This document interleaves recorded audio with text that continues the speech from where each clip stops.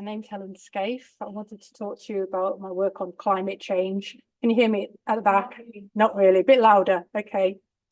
So this is a piece called Rising Pillars of Aberdeen, which you can find in the art gallery. It's commissioned by Friends of Aberdeen Art Gallery and Museums.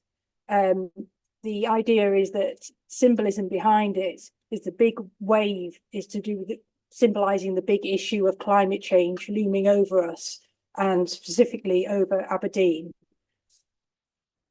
It's inspired by a painting from the Maritime Museum from the 1800s, where I saw it in the Maritime Museum, and I was really surprised how wild the waves were in the harbour there.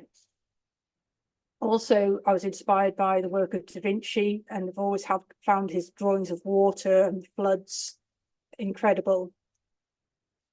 This is the painting in stages, and you can see in the distance Mitchell Tower, the Citadel, the Clock Tower, and Marine Operations Tower. In the foreground on the finished piece, the text is found text put together to say the planet deserves the best, easy to forget with all the phone distractions. And there's also found plastic toys in amongst the collage there, things which are hard to degrade.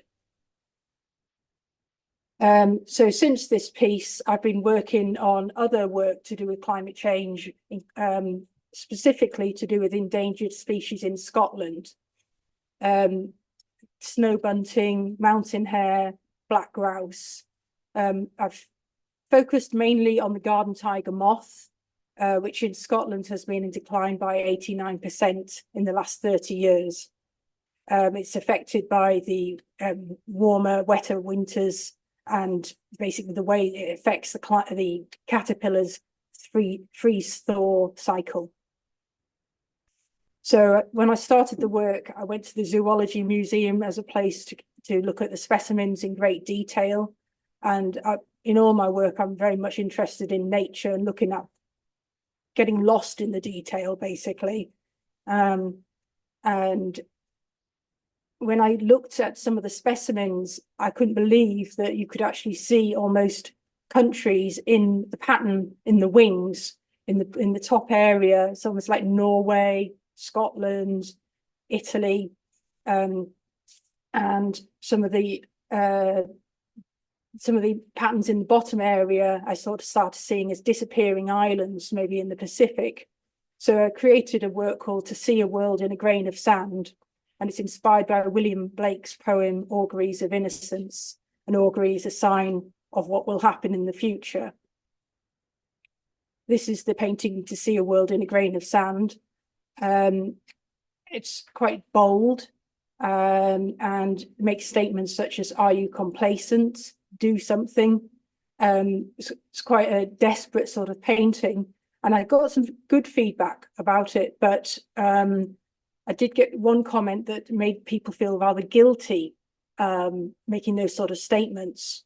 So I've done a piece that's much more gentle since then of the garden tiger moth in my father's hands, gardener's hands, which is called A World in Our Hands in watercolour.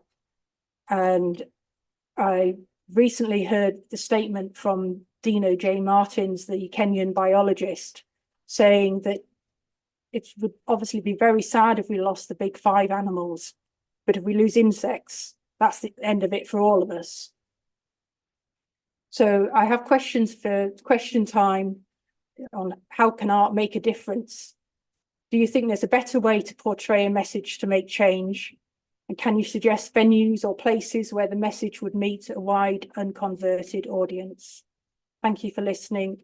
I've got some pictures over there if you want to browse in detail, and a sketchbook. Thank you.